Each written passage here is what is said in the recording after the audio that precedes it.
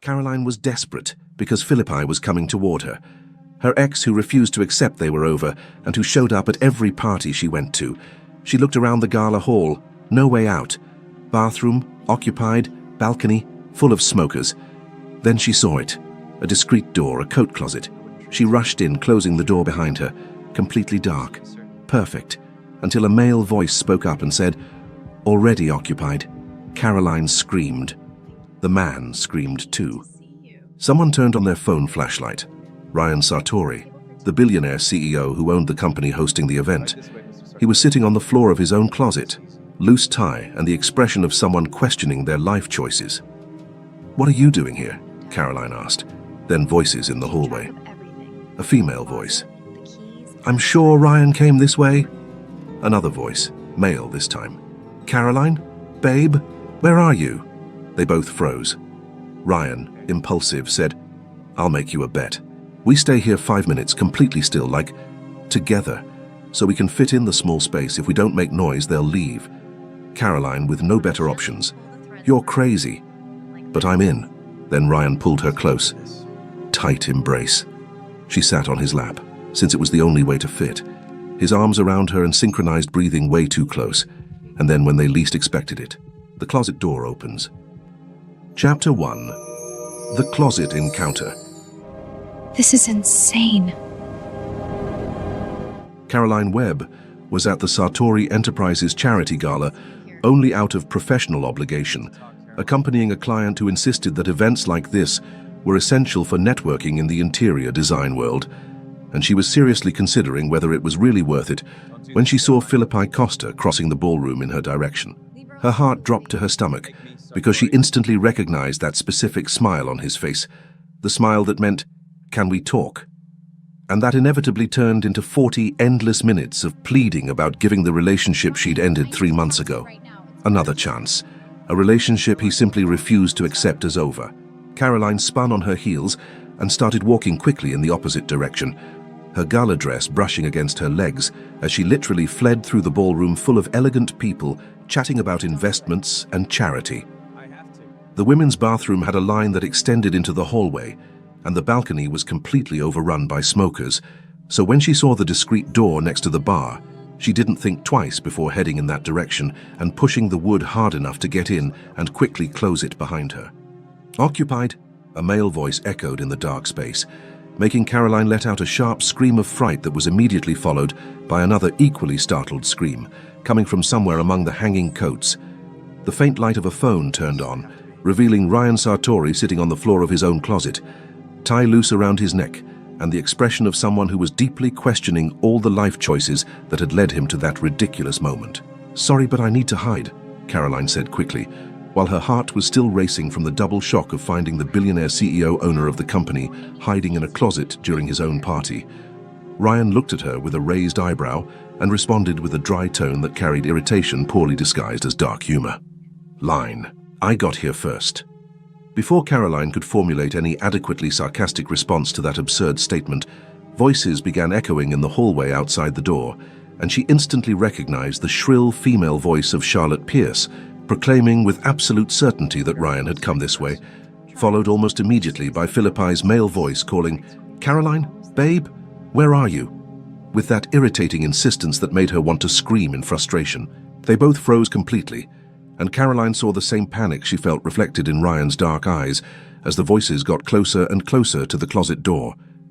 He stood up quickly with the controlled grace of someone used to commanding boardrooms full of executives and gestured for her to be quiet while whispering, "Okay, new plan.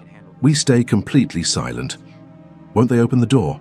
Caroline asked in a low voice while looking nervously at the doorknob as if it could turn at any second and reveal them both hiding there like teenagers running from responsibilities. Ryan shrugged in a way that suggested he was completely improvising and responded, "They might, but it's dark. If we stay quiet." "This is ridiculous," Caroline interrupted him, because this was objectively the craziest idea she'd ever heard, and definitely wasn't going to work at all. Ryan looked at her with that expression he probably used in difficult negotiations and simply asked, "Got a better plan?" Caroline opened her mouth to respond, but realized that no, she definitely didn't have any better plan available at that specific moment, so she closed her mouth again and just shook her head negatively. They tried to position themselves so that both would fit in the small space between the expensive coats that smelled of designer perfumes and old money. But it quickly became obvious that there wasn't enough physical space for two adults to stand side by side there without touching. "I'll make you a bet," Ryan said suddenly, while looking at the limited space and then at Caroline with something that looked dangerously close to challenge shining in his eyes. "We stay here 5 minutes completely still, like together so we can fit in the small space. And if we don't make any noise, they'll leave and we both go free." Caroline wanted to argue, but the voices were getting even closer, and she really didn't have time to debate the merits of a completely insane bet with a billionaire she'd literally met 2 minutes ago. "I'm in," she whispered quickly, and before she could fully process what was happening, Ryan pulled her closer and guided her to sit on his lap, because it was literally the only way for both of them to fit in that ridiculously small space. Caroline tried to ignore the heat of his body through the thin layers of fabric as Ryan's arms closed around her waist, in an embrace that was purely out of spatial necessity and absolutely nothing romantic. She firmly insisted to herself, even when she felt shivers running through her skin, where his breath brushed against her neck. The doorknob turned, and Caroline held her breath completely as the hallway light invaded the dark closet and Charlotte Pierce stuck her head into the small space. "Ryan?" Her voice echoed in the tense silence as she looked around, but Caroline and Ryan were completely still behind the long coats that providentially hid them from her direct view. Ryan was so rigid behind Caroline that she could feel all his muscles tensed like violin strings as they waited to see if Charlotte would actually enter the closet and discover them both hiding there like children running from responsibilities. Seconds that felt like hours dragged on as Charlotte continued standing at the door, looking around the dark closet, but eventually she let out a frustrated sigh and muttered that Ryan wasn't there before closing the door with unnecessary force. Caroline and Ryan remained completely frozen for a few more seconds until they heard her footsteps moving away down the hallway, but then the door opened again, and this time it was Philippi who looked inside, calling "Caroline," with that voice that carried irritating expectation. Ryan tightened his arm around Caroline's waist in a way that was simultaneously comforting and disturbing, in ways she definitely didn't want to analyze at that moment, and she closed her eyes tightly while silently praying for Philippi to give up soon and leave. After an eternity condensed into torturous seconds, he finally muttered something unintelligible and closed the door, and their voices began to gradually fade away along with Charlotte's, until silence finally reigned again in the small dark closet. 5 seconds of absolute silence passed before Caroline let out the air she was holding in her lungs and whispered with disbelief tinging each word. "It worked." Ryan laughed quietly behind her and responded with something that sounded dangerously close to pride. "I know professional hiding tricks." Caroline couldn't help the laugh that escaped her lips as she asked, "Is that sad or impressive?" "Both," Ryan admitted with disarming honesty, and they both started laughing in a way that was simultaneously nervous and genuine as the complete absurdity of the situation finally settled in their minds. There they were, a billionaire CEO and a freelance interior designer, huddled in a dark closet during an elegant gala party, hiding from exes who couldn't accept rejection, and somehow it had actually worked in a way that defied all rational logic. "Can I get off your lap now?" Caroline asked after the laughter finally subsided, because she was dangerously aware of every point where his body touched hers and desperately needed some physical distance before she started thinking completely inappropriate things about a man she'd met under ridiculous circumstances less than 10 minutes ago. Ryan let out a low laugh that she felt reverberating through his chest and responded, "Please, my leg is falling asleep." Caroline tried to move with some grace, but the space was too tight, and in the process of trying to stand up, she ended up hitting her elbow directly on Ryan's face, drawing a surprised "ow" that made her mumble hurried apologies, while more nervous laughter escaped from both of them. They finally managed to untangle themselves after a few seconds of awkward maneuvers that involved elbows in inappropriate places and knees bumping into sensitive parts, and Ryan carefully opened the closet door to check if the hallway was really empty before gesturing for Caroline to exit first. The hallway light was almost blinding after the darkness of the closet, and Caroline blinked rapidly as her eyes adjusted, and when she could finally focus properly, she saw Ryan coming out right behind her, and for the first time, they really looked at each other under adequate lighting. He was considerably more handsome in person than in business magazine photos, with that kind of sharp masculine beauty that came from good genes and rigorous discipline, but there was also quick intelligence in his dark eyes and subtle humor in the curve of his lips that no professional photograph could completely capture. Caroline, in turn, was naturally beautiful in a way that didn't depend on heavy makeup or designer clothes, with expressive eyes and a genuine smile that Ryan noticed he wanted to see more of. "Ryan Sartori," he said, while extending his hand to her with an almost comical formality, considering they had just spent several minutes intertwined in a dark closet. Caroline took his hand and felt electricity running through her arm when their palms met, and the handshake extended for 3 seconds longer than would be socially appropriate, as they both just looked at each other as if trying to decipher a complicated puzzle. "Caroline Webb," she finally responded as she released his hand and tried to ignore the persistent tingling sensation that remained on her skin. There was chemistry there. She could feel it pulsing in the air between them, but this was completely ridiculous because they were essentially strangers who had met in a closet while running from romantic problems. "Thanks for sharing the hiding spot," Caroline said, because she needed to break the silence that was extending between them in a strangely charged way. Ryan smiled with that kind of smile that probably made secretaries trip over their own feet and responded, "Thanks for not screaming too loud." Caroline immediately pointed out with fake indignation, "You screamed too." Ryan feigned deep offense and argued, "That was a manly scream, different." Caroline laughed genuinely this time, a sound that echoed through the empty hallway and seemed to surprise them both by how naturally it came. The music coming from the gala hall changed to a slow and elegant waltz, and Ryan looked in the direction of the sound before turning his eyes back to Caroline with something impulsive shining in his gaze. "Want to dance?" he asked suddenly. "Since we're here, and they're probably still looking." Perfect disguise. Caroline knew she should say no, that she should just thank him for the unusual help and leave before this strange situation got even more complicated, but instead she heard herself saying, "Why not?" They returned to the main ballroom, and Ryan guided her to the dance floor with a firm hand on the small of her back, a touch that was simultaneously respectful and intimate in a way that made Caroline's skin break out in goosebumps even through the fabric of her dress. He pulled her into the classic waltz position, and they began to move across the floor, and it was nice, Caroline thought with surprise. More than nice, actually. It was easy and natural in a way that shouldn't be possible with someone she'd literally met 15 minutes ago in a closet. They talked while they danced and discovered surprising things about each other, like the fact that they both hated social events with burning passion, but were forced to attend for professional obligations, that they both would rather be at home with a good book or watching movies than at any elegant party, and that they both had exes who apparently couldn't accept that a relationship had ended in a definitive and final way.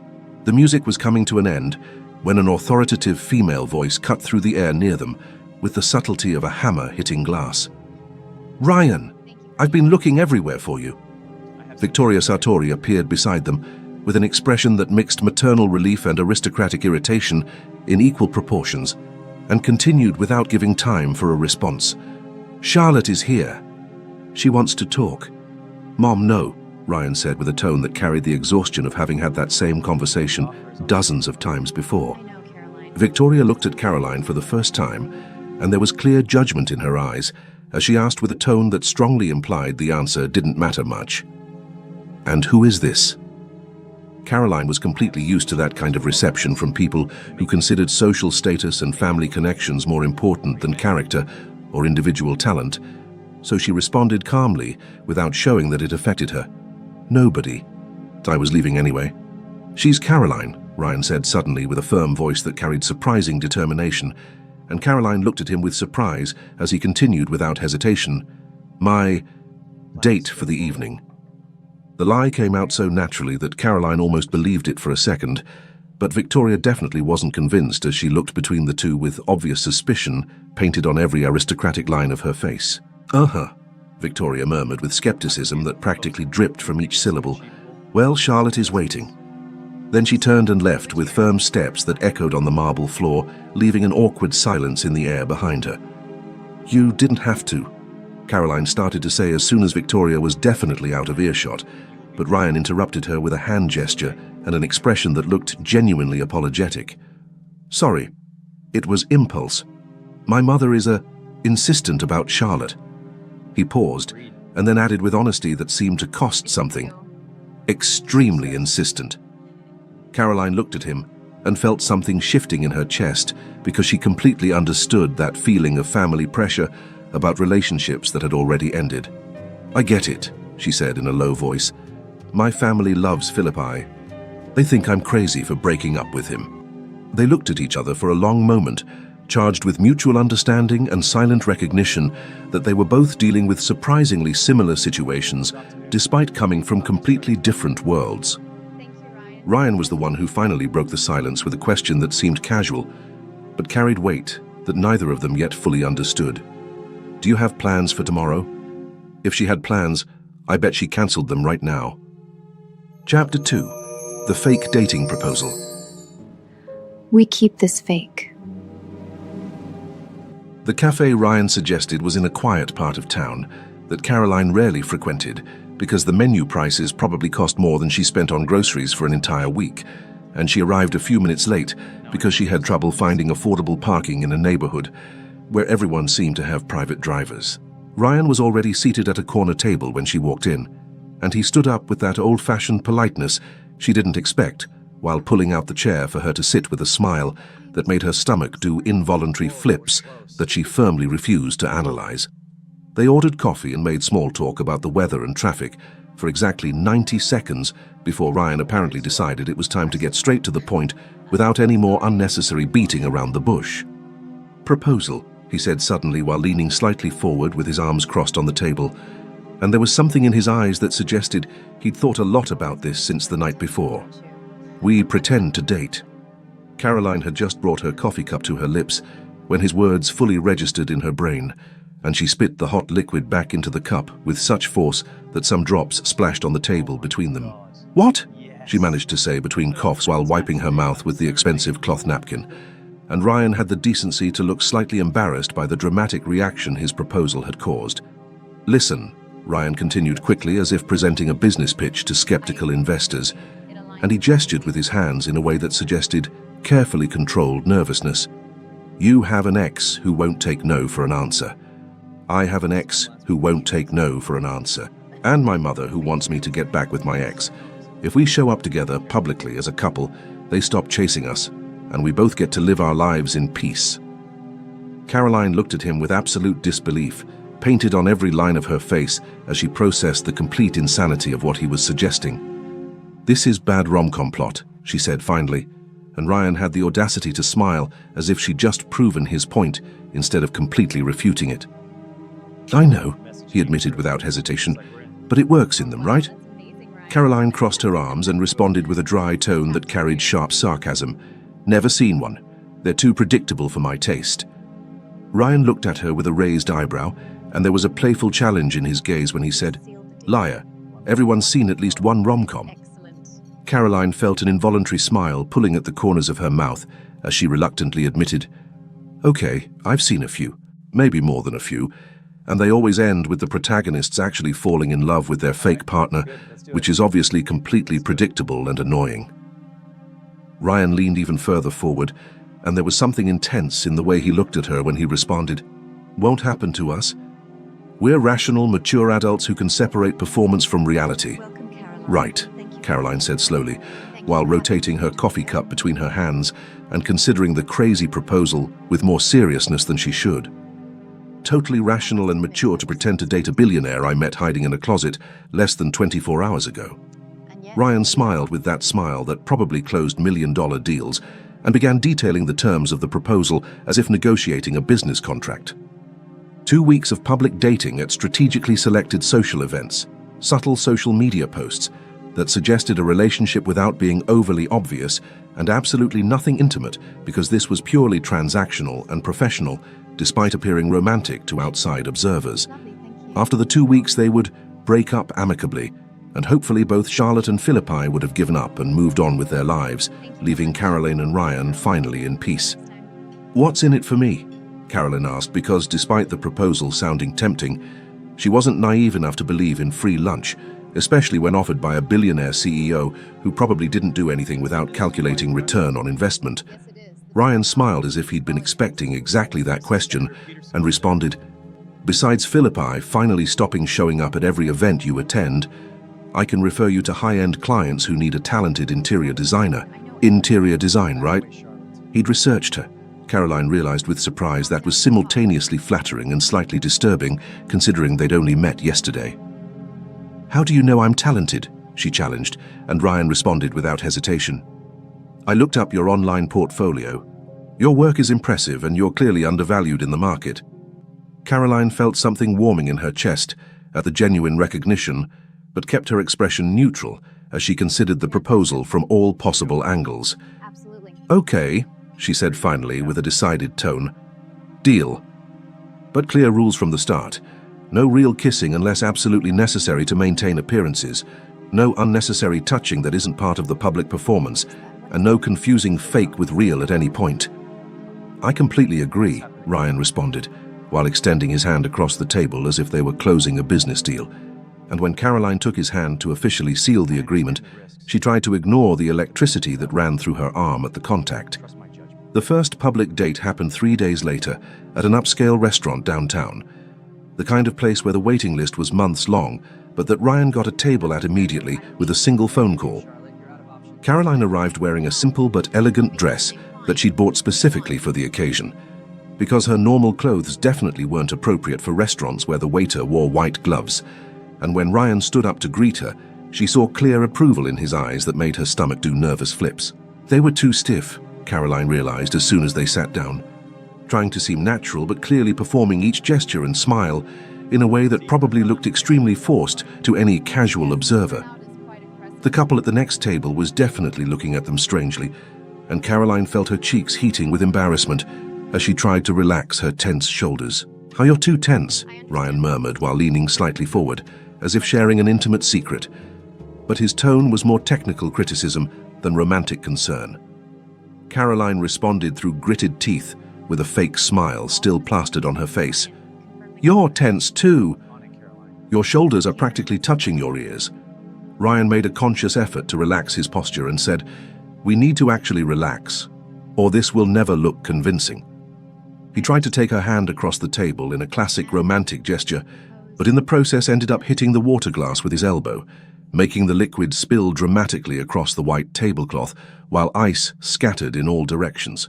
The waiter appeared immediately with extra napkins and a professionally neutral expression that didn't completely hide the judgment in his eyes, and Caroline had to bite her lip to keep from laughing at the absolutely ridiculous situation, while Ryan muttered embarrassed apologies. After the waiter cleaned up the mess and discreetly walked away, Caroline and Ryan looked at each other for a second before they both started laughing in a way that was genuine for the first time since they'd sat down. "That was disastrous," Ryan admitted while laughing, and Caroline completely agreed as the tension finally began to dissipate from her shoulders with the shared laughter. They stopped trying so hard after that and just talked normally about absolutely nothing important, and Caroline discovered that when she stopped overthinking the performance, laughter came naturally with Ryan in a surprisingly easy way. He made a joke about the closet that made them laugh loud enough to make other people in the restaurant look in their direction. But this time, the looks seemed more approving than judgmental, because they finally looked like a genuinely happy couple instead of two bad actors trying to stage romance. Their photo appeared on a society gossip blog the next day, with a headline that read, "CEO Sartori with mysterious new blonde. Who is she?" And Charlotte saw it, because obviously she monitored everything related to Ryan with obsessive dedication. Charlotte's text arrived on Ryan's phone while he and Caroline were having coffee together again to discuss strategy, and it simply said, "Who is she?" with an excessive number of question marks that suggested barely contained fury. Ryan showed Caroline the text with a triumphant smile, and she exclaimed with genuine enthusiasm, "It's working!"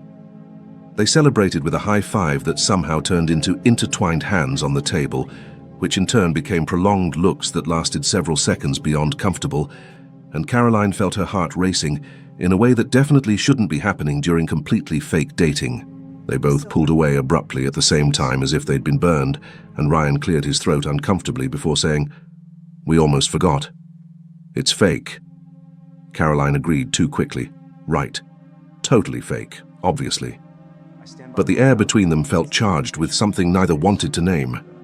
Victoria invited Caroline to lunch a week after the first public date, and Caroline accepted, despite the nerves that made her stomach churn, because she knew this was basically a formal inspection by the family matriarch. The lunch was a thinly disguised interrogation, with Victoria asking questions about education, family, career, and future plans, with a tone that suggested all of Caroline's answers were inadequate compared to the standard established by Charlotte Pierce. Caroline answered all the questions with honesty, even while feeling judged at every word, and she was considering making up an excuse to leave early when Victoria saw the corner of her purse where a knitting project was partially visible. "You knit?" Victoria asked with a surprised tone. That was the first genuine emotion she'd shown during the entire lunch. Caroline was slightly defensive because people usually found knitting a strange and old-fashioned hobby for someone her age, but responded firmly, "Yes, it relaxes me and helps me think." Victoria was silent for a moment before admitting in a softer voice, "I used to knit too. Years ago, before I got too busy with social obligations and philanthropy." It was the first real crack in the ice between them, but Victoria was still clearly Team Charlotte when she told Ryan after lunch that Caroline was different, but that Charlotte would be a better match considering similar background and social status. "Mom, I like Caroline," Ryan said, and it was the first time he'd admitted that out loud to anyone, including himself. He felt something shifting in his chest as the words left his mouth and realized with growing shock that it might be true in a way that went far beyond convenient fake dating, but immediately pushed that thought to the back of his mind because this was fake and needed to stay fake. Caroline and Ryan started spending even more time together, supposedly to maintain appearances, casual dinners and walks in the park, and nights watching movies at his apartment, and the line between fake and real was blurring in an increasingly dangerous way with each passing day. Until at a corporate event 3 weeks after the start of the agreement, Charlotte confronted Caroline publicly, in the middle of the ballroom full of executives and investors. "You stole him from me." Charlotte practically screamed with her face red with fury, while pointing an accusing finger at Caroline, and all the conversations around them stopped abruptly as people turned to watch the drama unfold. Caroline kept her voice calm despite her heart beating fast and responded, "I didn't steal anyone. He wasn't your property to be stolen." "We were perfect together," Charlotte insisted, with her voice rising higher and higher in volume and hysteria, but it was Ryan who intervened before Caroline could respond. "We weren't," he said firmly, while positioning himself next to Caroline in a clear demonstration of where his loyalty lay. "We were never perfect and you know it. And it's definitely not Caroline's fault that you refuse to accept reality." He defended Caroline publicly in front of all those important executives and powerful investors without hesitation, and Caroline felt something warming in her chest that went far beyond gratitude for a fake partner, fulfilling the terms of a convenient agreement. Chapter 3. The Lines Blur. This wasn't supposed to happen. 3 weeks had passed since the start of the fake dating agreement between Caroline and Ryan, easily surpassing the original 2-week deadline they'd established that morning at the cafe, but neither of them mentioned the obvious fact that they should have ended the arrangement an entire week ago. They were too comfortable together now. Caroline realized with growing alarm every time Ryan's hand automatically sought hers when they walked through the streets, or when she caught herself leaning into him completely naturally during conversations at social events, as if her body had memorized his presence and sought that proximity without consulting her rational brain first.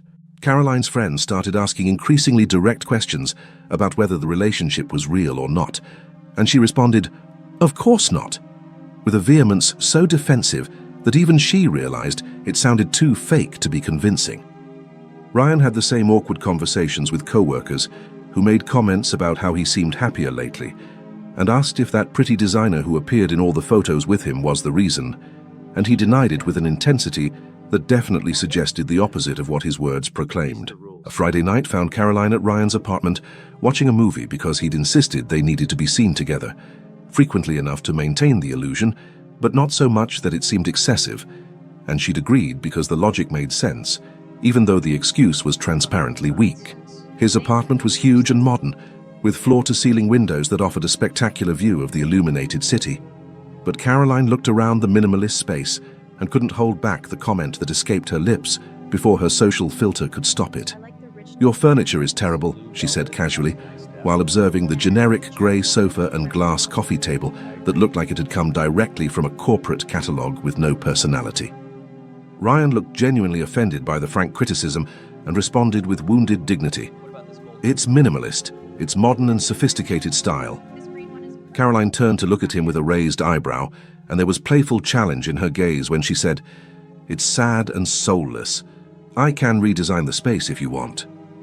Ryan watched her for a long moment before asking with a tone that mixed curiosity and something that seemed dangerously close to tenderness, "You want to redesign my entire apartment?"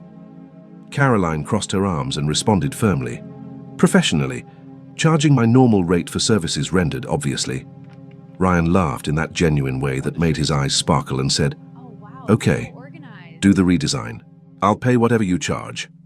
The apartment redesign project quickly became the perfect excuse for Caroline to spend even more time in his space, measuring walls and taking photos from different angles, while Ryan helped in a way that actually consisted mainly of getting in the way and making sarcastic comments about her decorating choices. They fell into a domestic routine without noticing the transition happening, cooking dinners together in his expensive kitchen that was clearly rarely used for its original purpose, and laughing when Ryan managed to burn pasta in a way that should be technically impossible, but that he achieved through an impressive combination of distraction and culinary incompetence. Caroline fixed his culinary messes with patience that surprised them both, and there was something deeply intimate in the way they moved around each other in the kitchen, learning each other's patterns and preferences through repetition and careful attention. Ryan discovered that Caroline liked her coffee strong enough to dissolve spoons, and that she always ate dessert first when she thought no one was looking, while Caroline learned that Ryan had an inexplicable aversion to olives, and that he hummed absent-mindedly when he was focused on some task. One night they settled on the terrible sofa to watch the movie Ryan chose, and with irony that didn't go unnoticed by either of them, it was a romantic comedy about a couple pretending to date who eventually fell in love for real. Caroline made sarcastic comments about the absurd predictability of the script during the first half hour, but at some point in the middle of the second act, she went quiet, and Ryan looked down to discover she'd fallen asleep with her head resting comfortably on his shoulder. He didn't move, just stayed completely still while watching her face relaxed in sleep and feeling the soft weight of her head against his shoulder. And it was in that specific moment that the realization hit him with the force of a runaway truck. Shit, Ryan thought with growing panic settling in his chest. He was falling in love with her for real, with the woman who was supposed to be just a fake partner in a convenient agreement that benefited them both equally. This was extremely problematic and complicated in ways he definitely hadn't planned when he made the initial proposal at that cafe 3 weeks ago. Caroline woke up about 15 minutes later and needed a few disoriented seconds to process where she was before full consciousness returned, and she realized the position she'd fallen asleep in. "Sorry," she said quickly while pulling away from his shoulder as if she'd been burned, and heat rose in her face, tinging her cheeks pink in a way Ryan found absolutely adorable, in a manner that only made his situation worse. "It's fine," Ryan responded, with a voice that sounded huskier than he intended, and they stared at each other for a moment too long, while tension built in the air between them, like electricity before a storm. They leaned in simultaneously, their faces getting closer and closer, as Ryan's eyes fell to Caroline's lips. But then she pulled back abruptly and stood up from the sofa with jerky movements that betrayed her nervousness. "We should establish rules again," Caroline said quickly, while putting safe physical distance between them, and her voice came out higher than normal. "No sleeping on shoulders or any other kind of unnecessary physical proximity that could complicate the agreement." Ryan nodded, even as he felt deep frustration settling in his stomach, and responded, "Right, rules, clear boundaries, makes sense." They were both clearly frustrated, but pretending normalcy with impressive determination. Victoria invited both Caroline and Ryan to a family dinner a week later, and Caroline was nervous in a way that made her hands tremble slightly as she got ready for the occasion. Ryan assured her that everything would be fine and that his family would love her. But he was completely wrong about that optimistic prediction in a way that became painfully obvious as soon as they arrived at the huge Sartori mansion. The dinner was tense from the moment everyone sat down at the formal table that looked like it had come from a period film about European aristocracy, with Victoria asking invasive questions about Caroline's education and background, while Aunt Clara, Victoria's older sister, watched with critical eyes that didn't miss a single detail. "Where did you study, dear?" Aunt Clara asked with a tone that managed to be simultaneously sweet and venomous, and Caroline answered honestly, "State College. I majored in interior design." The silence that followed was absolute and judgmental, weighing on Caroline's shoulders like a suffocating blanket. But then Ryan squeezed her hand under the table in a gesture of support and said firmly to his aunt, "And graduated with academic honors, has her own successful business. She's talented and incredible at what she does." The pride in his voice was genuine, in a way that made Caroline's heart race, and she squeezed his hand back in silent gratitude. After dinner, the men were directed to the living room for whiskey and cigars, while the women retired to the adjacent parlor.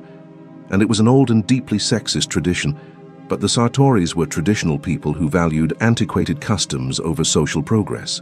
Victoria pulled a knitting project from her elegant purse, and Caroline watched with surprise when she realized the matriarch had actually returned to the hobby she'd mentioned abandoning years ago.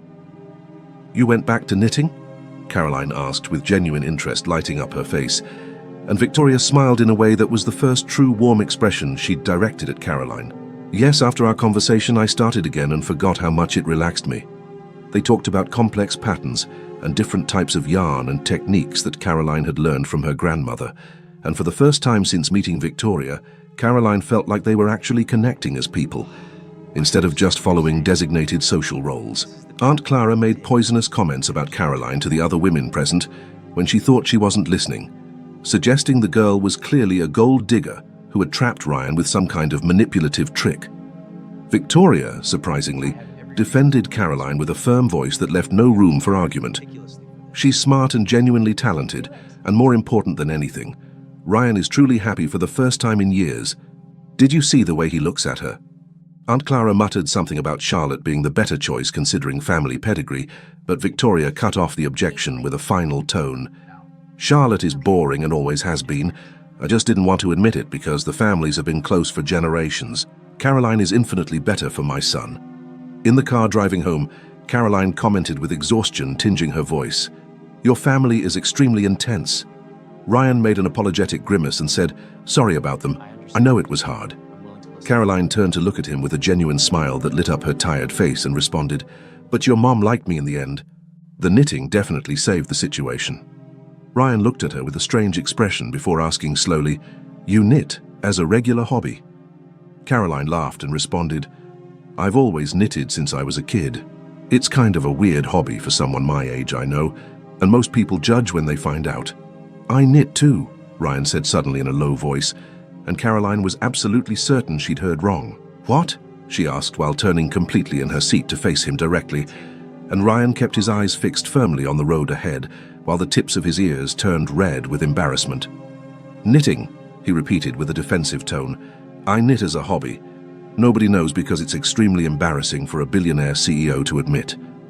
Caroline started to laugh, first quietly, but then louder, until she was practically doubled over in her seat as the laughter escaped uncontrollably. "How you knit?" she managed to say between the giggles, and Ryan protested, "Stop laughing, it's relaxing and therapeutic." "This is literally the best thing I've discovered about you," Caroline declared when she finally managed to control the laughter, and there was genuine joy on her face that made Ryan smile despite the lingering embarrassment. "Want to see my projects?" he asked hesitantly, and Caroline responded with enthusiasm, "Obviously I want to see."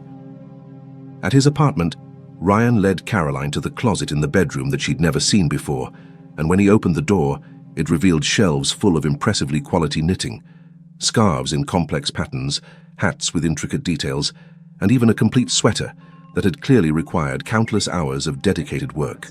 "You're actually good at this," Caroline exclaimed with genuine admiration, while carefully examining the projects, and Ryan looked simultaneously proud and shy in a way that was completely adorable. It was a moment of real vulnerability, Ryan sharing a secret he'd never told anyone before, and Caroline understood the weight of that trust placed in her. "Could we knit together sometimes?" she suggested gently, and Ryan looked at her with cautious hope in his eyes. "Seriously? You don't think it's too weird?"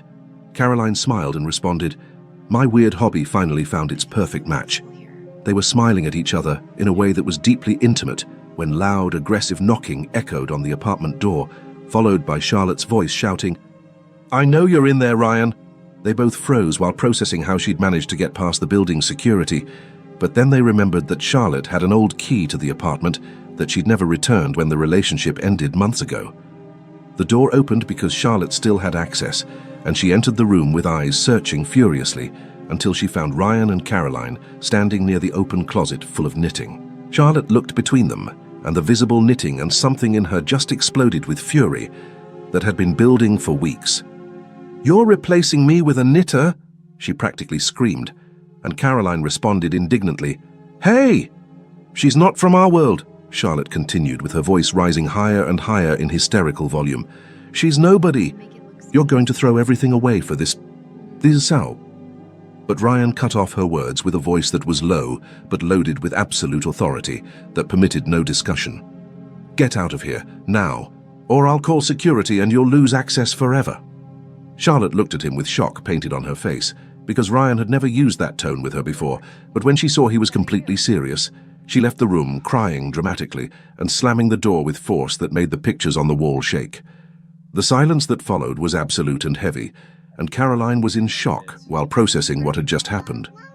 "For you threw her out?" Caroline said slowly while looking at Ryan with something that seemed like admiration, mixed with another emotion she couldn't name. "For me." Ryan took a step toward her, and there was intensity in his eyes that made her heart race as he responded, "For you." They finally kissed desperately, months of accumulated tension exploding in contact that was anything but fake or performative. It was real and intense and exactly what they'd both been denying they wanted since that ridiculous night, hiding together in the closet. When they separated to breathe, Caroline whispered, "This broke all the rules." Ryan agreed. "All the rules." Caroline tried to be rational. "We should stop." Ryan agreed again. "We should definitely stop." But neither of them moved to create distance, and then they were kissing again with an intensity that made it absolutely clear that the rules had been completely destroyed, and that there was nothing fake anymore about what they felt. Chapter 4. This is real now. The real deal morning arrived with sunlight streaming through the huge windows of Ryan's apartment and illuminating Caroline's face as she slowly woke up on his sofa, taking a few confused seconds to process where she was and why she'd slept there instead of going home the night before. The memory of the intense kisses came back quickly, and with it came the panic that settled in her chest like a lead weight, because this had definitely complicated everything in ways she wasn't prepared to deal with at that specific moment of the morning. Ryan was in the kitchen making coffee when she sat up on the sofa, and he looked at her with a cautious expression that suggested he was also processing the implications of what had happened between them the night before.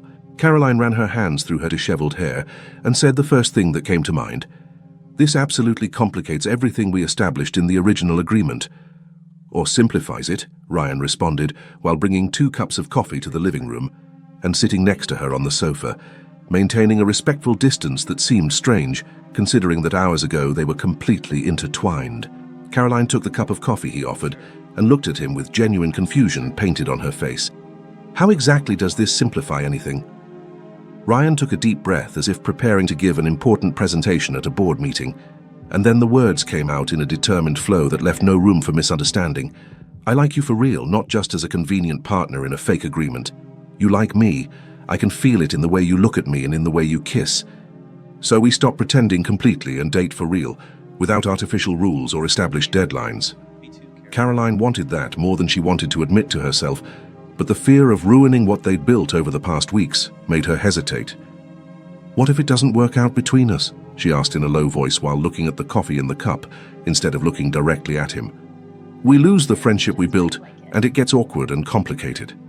"It's worth the risk," Ryan said with absolute conviction that allowed no doubts, and he put his own coffee cup on the table before turning completely to face her. "Caroline, are you really sure about this?" she asked while finally raising her eyes to meet his intense gaze. And instead of answering with words, Ryan simply pulled her into a kiss that answered the question far more eloquently than any verbal statement could. "Absolutely," he murmured against her lips when they finally separated, and Caroline felt the last remnant of resistance dissolving completely as she admitted to herself that she wanted this as much as he clearly did. They were officially dating now, no longer hidden behind the facade of a fake relationship that had started as a convenient solution to persistent ex problems. Externally, there wasn't much difference in how they behaved in public because they'd already spent weeks performing as a convincing couple. But internally, there was everything different in how they felt. They could talk openly about the feelings that were growing between them without needing to pretend it was just acting. They could kiss without the persistent guilt of breaking established rules, and they could start making plans for the future that extended beyond the original 2 weeks of the agreement. Philippi finally gave up completely after seeing the most recent photos of Caroline and Ryan at social events, where it was absolutely obvious to any observer that this was real love and not just performance for the cameras. The text he sent Caroline was surprisingly mature and devoid of the annoying insistence that had characterized all previous interactions. "Happy for you. You deserve to be happy." Caroline looked at the message for a long moment before showing it to Ryan, who was sitting next to her on the redesigned sofa that now had personality and warmth that were lacking before her professional intervention. "He finally gets it," she said with obvious relief in her voice, and Ryan nodded while watching her type the careful response. "Thank you. Be happy too," Caroline wrote back before putting the phone aside and snuggling against Ryan's chest with a satisfied sigh. Victoria surprised Caroline a week later with an invitation to an afternoon of knitting at the Sartori mansion, and what made the invitation particularly significant was the fact that it would be just the two women without the rest of the family present to observe and judge. Caroline was nervous as she drove to the huge house, but the anxiety diminished when Victoria greeted her at the door with a genuine smile that was completely different from the cold and judgmental expression of their first meeting. They sat in the bright living room with their knitting project spread between them on the low table, and the needles clicked in constant rhythm while they talked about everything and nothing at the same time. It was Victoria who finally brought up the subject they both knew needed to be addressed, putting her project aside temporarily and looking directly at Caroline with a serious expression. "I was completely wrong about you," Victoria said without unnecessary beating around the bush, and Caroline stopped knitting to look at the older woman with surprise. "Thank you," Caroline responded with uncertainty about what the appropriate answer to that statement was, and Victoria smiled slightly before continuing. "I thought Charlotte was the right choice for Ryan because she was known, because the families had connections that went back generations, because the social status was similar, and that would make everything easier." Victoria paused and looked at the knitting in her hands before continuing. "But Ryan never smiled with Charlotte the way he smiles when he's with you. He never had that sparkle in his eyes that appears every time you walk into the room." "Do I really make him happy?" Caroline asked in a low voice, because despite all the evidence she still needed to hear that confirmation coming from someone who'd known Ryan his whole life. Victoria looked at her with an expression that was surprisingly warm and responded, "Completely happy in ways I've never seen before. And you also make me happy because I finally have someone who understands the satisfaction of completing a complicated knitting pattern." They both laughed genuinely this time, and Caroline felt the last barrier between them finally dissolving, as real friendship began to form on the shared foundation of needles and yarn. Ryan received a message from Charlotte a few days later that simply asked, "Can we be friends?" He showed the message to Caroline instead of responding immediately, and there was something in the way he waited for her opinion that warmed Caroline's heart in deep ways. "What do you think I should do?" Ryan asked while watching her face carefully, and Caroline considered the question for a long moment before responding. "It's completely your decision, and I'll support whatever you choose." "I trust you completely." Ryan smiled with that smile that made her stomach flip, and typed the response to Charlotte without further hesitation. "I don't think friendship is a good idea, but I sincerely wish the best for you." He blocked her number after sending the message, closing that chapter of his life in a definitive and final way, and Caroline leaned in to kiss him in silent approval of the mature way he'd handled the delicate situation. The annual Sartori Enterprises charity gala happened 6 months after that ridiculous night, when Caroline had run into the closet fleeing from Philippi, and this time she arrived on Ryan's arm as his official girlfriend, instead of a desperate stranger hiding from a persistent ex. They walked through the elegant ballroom receiving greetings from executives and investors who recognized Caroline from photos in society magazines. and there was confidence in the way she moved beside him that came from months of practice, and the knowledge that her place beside him was completely deserved. They passed by the hallway that led to the fateful closet where it had all started, and they both stopped simultaneously to look at the discreet door that had completely changed the trajectories of their lives. "Want to revisit the scene of the crime?" Ryan asked with playful humor tinging his voice, and Caroline laughed before responding, "For pure historical nostalgia."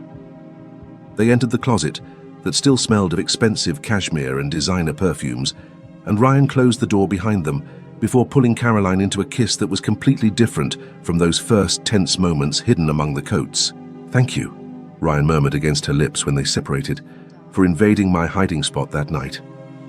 "Thank you for already being here waiting," Caroline responded, with a smile that lit up her face even in the darkness of the closet, and they stayed there for a few more moments just appreciating the complete irony of the situation before returning to the main ballroom. They danced the same waltz they'd danced that first night, but this time there was no stiffness or nervousness in the way they moved together across the floor. Victoria watched from the sidelines with a proud smile on her face, while Aunt Clara still visibly disapproved in the corner, but no one paid attention to her, because her opinion didn't matter anymore to anyone who really counted. Ryan spun her gently on the floor before pulling her back against his chest, and it was then that he whispered the words Caroline had been waiting for without knowing she was waiting for them. "I love you." She froze completely in the middle of the dance, her brain needing seconds to process what she just heard. "What?" she asked while pulling back slightly to look directly into his eyes. "I love you," Ryan repeated with more force this time, and there was absolute certainty in his voice that left no room for doubts or misunderstandings. 6 months since that ridiculous night sharing a closet, pretending to date to fool our exes, knitting together like retired seniors, and I love you completely. Caroline felt tears beginning to form in her eyes while simultaneously laughing, and the conflicting emotions created a strange but wonderful feeling in her chest. "I love you too," she finally admitted in a voice that trembled slightly with emotion. "Probably since that first night in the closet, if I'm being completely honest." "Love at first hiding?" Ryan asked with humor, lighting up his dark eyes, and Caroline nodded while laughing through happy tears. "Exactly that. Ridiculous and completely unexpected love at first hiding." They continued dancing while the music played around them, and the future stretched ahead full of infinite possibilities that had started with a crazy bet in a dark closet. Chapter 5. The Proposal. I always choose you. A full year had passed since the start of the real relationship between Caroline and Ryan, and they now lived together in the apartment she'd redesigned with the professional touch that transformed the minimalist and soulless space into a cozy home full of personality and warmth. The evenings followed the perfect domestic pattern that consisted of dinners prepared together in the kitchen, conversations about each other's workdays, and knitting sessions side by side on the comfortable sofa while watching series or listening to soft music playing on the sound system. Victoria constantly visited the apartment with the official excuse of wanting to knit with her daughter-in-law, but everyone knew she simply enjoyed spending time with Caroline and observing her son's obvious happiness. Ryan feigned exaggerated jealousy every time his mother showed up and stole his girlfriend's attention, but the smile on his lips always revealed that he was secretly happy that the two most important women in his life had built a genuine friendship. Aunt Clara still disapproved of the relationship in a less vocal but equally persistent way, but no one paid attention to her antiquated opinions because Ryan's happiness was too obvious to be denied even by the most determined critic.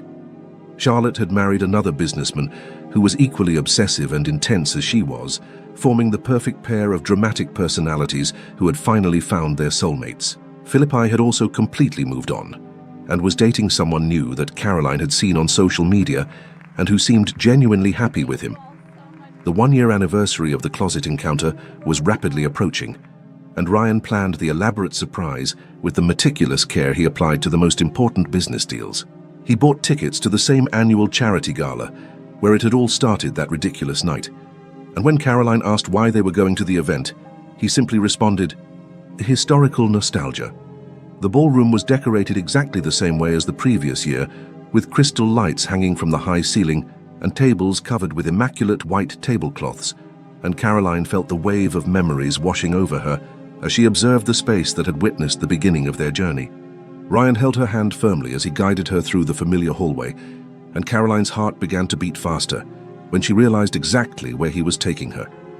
The closet door was ajar, revealing the interior that was no longer dark and empty like that first night, and Caroline gasped when she saw the delicate fairy lights hanging around the small space, creating a soft and romantic glow. The first knitting project they'd done together was hanging on the back wall as if it were precious art in a gallery, and there were rose petals scattered on the closet floor in a way that was simultaneously cheesy and absolutely perfect. "You're completely cheesy," Caroline exclaimed, while laughing and crying at the same time, and Ryan smiled with that smile she'd learned to love over the past months. "I've always been cheesy," he admitted without shame. "I learned from you that cheesy can be romantic." Then he knelt on the floor of the decorated closet, and Caroline immediately said no, even before he had a chance to speak any words. Ryan looked up with confusion painted on his face and protested, "I didn't even ask yet." Caroline was laughing and crying simultaneously as she said, "Are you really proposing in a ridiculous closet?"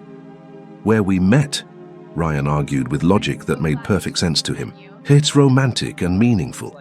Caroline shook her head as tears ran down her face and responded, "It's completely ridiculous and absurd," Ryan insisted, "but it's perfect for us in every possible way." He opened the velvet box, revealing the ring that was beautiful but simple, exactly the style Caroline preferred, instead of the huge and flashy stones that most people in their social circle wore. "Caroline Webb," Ryan began with a firm voice despite slightly trembling hands, "you invaded my hiding spot that night in a completely unexpected way. You invaded my life with the apartment redesign and sarcastic comments about the furniture.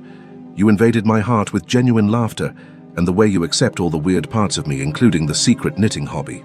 Will you marry me?"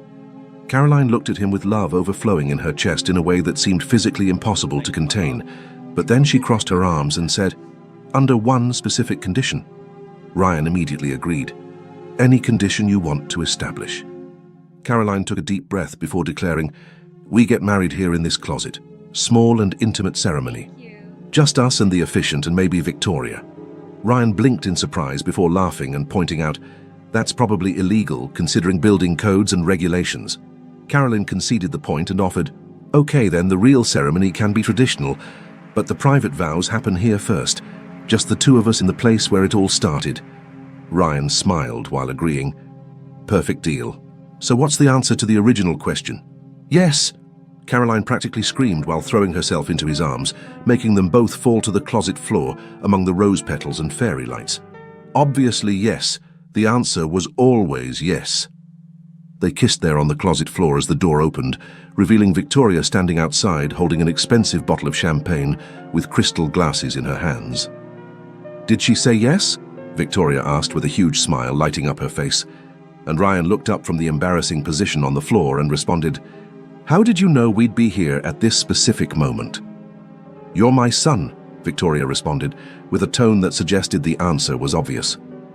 Completely predictable in all the important ways.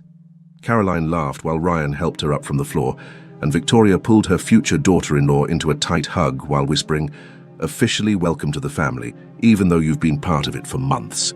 6 months of meticulous planning later, the wedding took place in the lush garden of a historic property rented especially for the occasion. The ceremony was traditional and classic, with white flowers and live orchestra music. Exactly the kind of elegant event that traditional families like the Sartoris expected and appreciated.